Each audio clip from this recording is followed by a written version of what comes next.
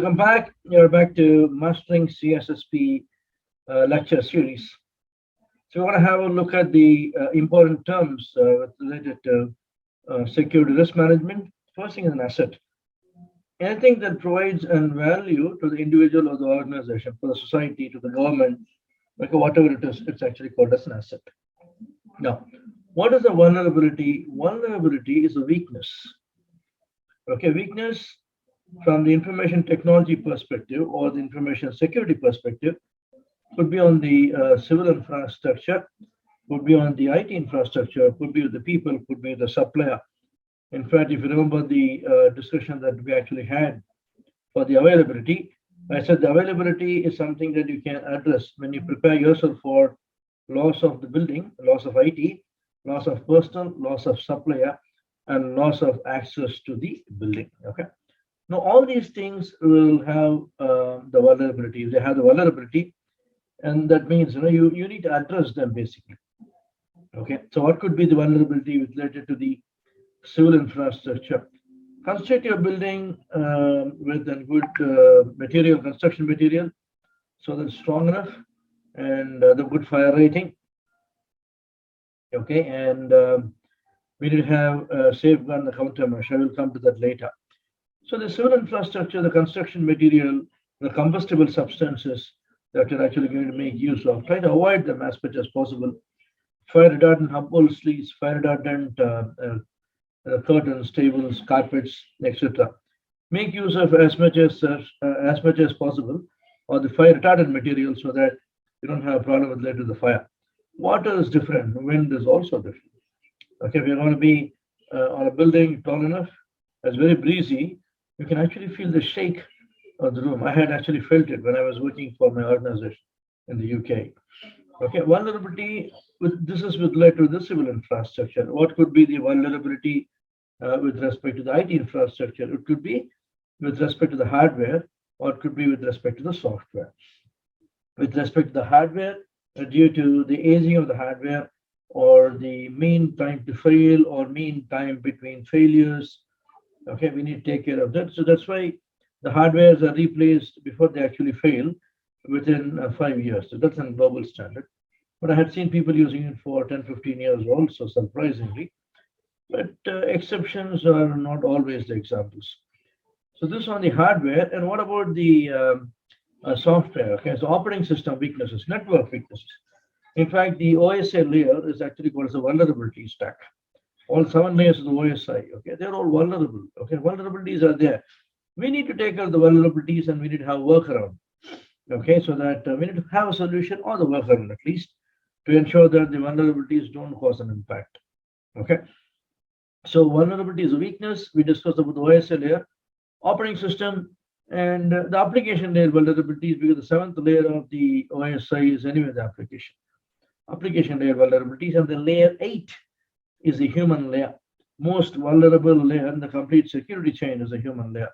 Systems, the network devices, and the building, okay, the security controls in the building, all those things will work according to how you're going to tune it, but it's next to impossible to understand how the humans will react, okay, for anything. Okay, there might be a good guy for 10 years and suddenly they'll become a bad guy. Okay, so vulnerability is on the layer 8, and layer 9 is actually the organization, layer 10 is actually the country. If the country is going to have a good cyber laws, strict cyber laws, okay, the organization should follow it, and the people who work for the organization should also follow it. That's what they're going to implement for the 7 layers of OSI. The layer 8, layer 9, and layer 10 has got nothing to do with the OSI. They're a conceptual layer. Yeah, so these are the weaknesses of the supplier. Okay, so if the supplier does not have the sufficient strength to provide you a support, okay, so he's going to fail. If he fails, that failure is inherited with the organization. Okay, so these are the vulnerabilities. What is the threat actually? Threat is an entity that can attack the vulnerability and cause an harm. Okay, for example, vulnerability could be an obsolete antivirus definition. Okay, and threat could be the latest virus that does not have the definition of the target system yet. Now, who's a threat agent? Threat agent is always a human factor. where if I'm a disgruntled employee, I had been an antivirus administrator for an organization, and I come to the office and they have fired me overnight without intimation, and I have lost my job. So I become a disgruntled employee and I want to take my revenge on my organization, previous organization. So what do? I know the systems that have got obsolete antivirus definitions, and I'll pick up the latest virus. I'll use a file joiner and send it onto the local LAN through email or whatever it is.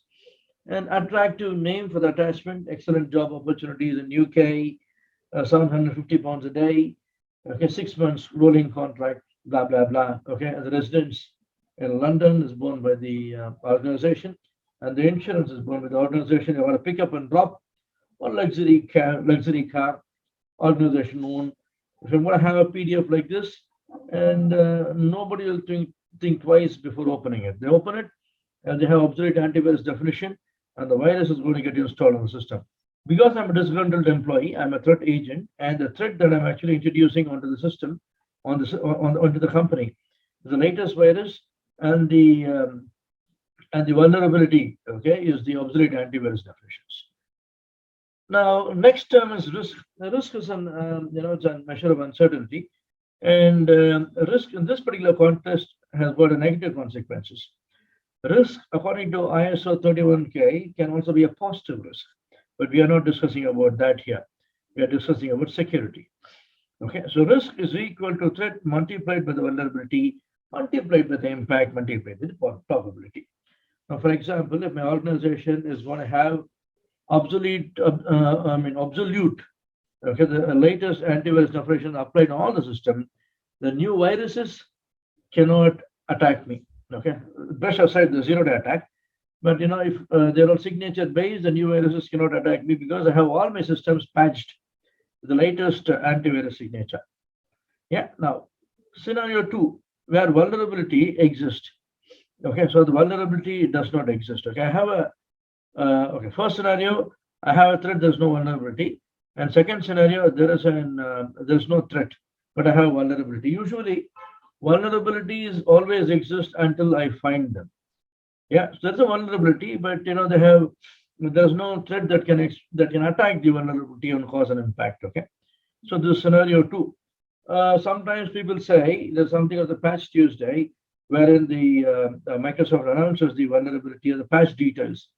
Until the Patch Tuesday, even some of the hackers does not know what the vulnerability is. They learn about it in the attack on Wednesday. Hence, unofficially, the following Wednesday is called as an exploit Wednesday. Yep. So in the first scenario, threat exists, there's no vulnerability. In second scenario, there is no threat and there's a vulnerability. In this case, also risk is equal to 0. In scenario 3, where the impact is equal to 0. Now, if I'm going to have a honeypot in my infrastructure, there's a threat, there's a vulnerability, but it's not going to cause any harm because the honeypot is usually on a separate VLAN without impact to the production VLAN. Yeah, the honeypot implemented on the virtualized environment with a lot of instances running is actually called as a honeynet. In either case, honeypot or honeynet, the impact is going to be 0 in spite of me having a threat and the vulnerability. So risk is equal to 0. Now, when is the probability equal to 0? For example, if you look at the air traffic control, the tall towers within the airport, okay, they are going to be on a separate work group. They are not connected to the domain. If you want to, and they are legacy systems, they have a lot of vulnerability. But if you want to exploit the vulnerability, you have to physically be present on the ATC room, which is not possible if you are not authorized. So there's a threat, there's a vulnerability, there's also an impact, but the probability is 0. Whenever you do the risk analysis in the organization, you're going to stay tuned for me, and I'm going to have a lot of videos, not related to CISSP, but compute information security and security risk management, security metrics, blah, blah, blah. What we want to learn is there could be a threat, there could be a vulnerability, but either impact or probability is 0. I don't have a risk. Okay, so we're going to discuss a lot in the forthcoming lectures. So stay connected by subscribing to my channel. Now, what is an exploit? If the threat attacks the vulnerability, that attack is actually called as an exploit. So when the threat exploits the vulnerability, I have a risk. Or when the threat can exploit the vulnerability, I have a risk. If it exploits the vulnerability, I have an impact. Okay, it's a realized risk. It's going to cause an impact to me. Yeah. Now, what is a safeguard? Safeguard is something that is going to prevent an attack. What is the countermeasure? Countermeasure is going to act reactive. Okay. So safeguard is preventive. For example, the fencing for a building is a safeguard. What is the countermeasure? The man trap, where the humans or the men or women both get there into a room which is in between the trusted area and the untrusted area, and they are scrutinized for the identification.